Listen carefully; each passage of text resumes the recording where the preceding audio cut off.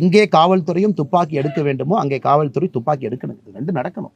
ஒரு சொசைட்டில வந்து தப்பு பண்ணாத ஒரு மனிதன் ஃப்ரீயா இருக்கணும்னா காவல்துறைக்கு அதிகாரத்தை கொடுக்கணும். அவனும் ஸ்ட்ராங்கா காவல்துறை கீழே வந்து நிக்கணும். அதற்கு நாம அரசியல்வாதிகளோ மக்களால் தேர்ந்தெடுக்கப்பட்ட பிரதிநிதிகளோ காவல்துறை பின்னாடி இருக்கணும். அதுக்குன்னு எல்லாமே என்கவுண்டர் கல்ச்சர் நான் சொல்லிங்க ஐயா, அதுக்கு அந்த வாதத்துக்குள்ள நான் போகல. காவல்துறைக்கு அதிகாரம் கொடுக்க வேண்டிய நேரம் இது, கொடுப்போம். கையை கட்டு போட வேண்டாம், அரசியல் அதில் பேச வேண்டாங்க ஐயா. இது என்னுடைய தனிப்பட்ட கருத்து மட்டும் இல்லைங்க ஐயா, பொதுமக்களுடைய கருத்தும் கூட.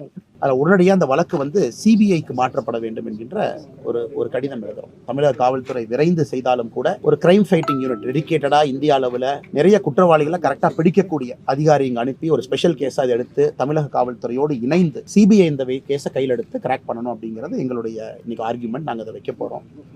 அதே நேரத்தில் முதலமைச்சர் அவர்களுக்கு நான் வைக்கக்கூடிய வேண்டுகோள், இன்னைக்கு சிபிஐ வந்து தமிழகத்திற்குள்ள வருவதற்கான அனுமதி இல்லை. அதற்கான ப்ராசிக்யூஷன் சாங்ஷன் தமிழக அரசு வித்ரா பண்ணியிருக்காங்க. அது அரசியல் காரணங்கள் அதெல்லாம் ஒரு பக்கம் இருந்தாலும் கூட எங்களுடைய கோரிக்கையை முதலமைச்சர் அவர்களும் செவிசாய்க்க வேண்டும் என்பது எங்களுடைய வேண்டுகோள் தான். இந்த மக்கள் பிரச்சனை, மக்கள் அது ஒரு லெவலுக்கு மேல அரசின் மீது மரியாதை விட்டுருவாங்க. இதே மாதிரி போச்சுன்னா மக்களுக்கு ஜனநாயகத்தின் மீது மரியாதை போயிடும். ஆனால் ஜனநாயகத்தினுடைய முதல் வேலையே ஆட்சியில் இருப்பவர்கள் மக்களுடைய உயிருக்கும் உடைமைக்கும் பாதுகாப்பு கொடுக்கும். இதான் ஒரு முதலமைச்சரோ பிரதமரோ அமைச்சர்களோ அவங்களுடைய முதல் வேலை. இன்னைக்கு உயிருக்கு பாதுகாப்பு கொடுக்க முடியும்னா ஜனநாயக மீது நம்பிக்கை போயிடும், கேள்விக்குறி ஆயிரும். அதனால் கொடுக்கக்கூடிய தண்டனை இதுவரை இந்தியால இது போன்ற ஒரு தண்டனை கிடைக்காத அளவுக்கு விரைவு இருக்கணும், வேகம் இருக்கணும். அவ்வளவு ஃபாஸ்டா சார்ஜ் ஷீட் போட்டிருக்கணும், ஸ்பெஷல் கோர்ட் கொண்டு வரணும். அதுல கொடுக்கக்கூடிய தண்டனை என்பது யாராவது ஆயுதத்தை தூக்குற அப்படின்னா எல்லோருக்கும் முதலும் முடிவுமாக அந்த தண்டனை இருக்கணும் அப்படிங்கிறது எங்களுடைய கருத்தும் கூட.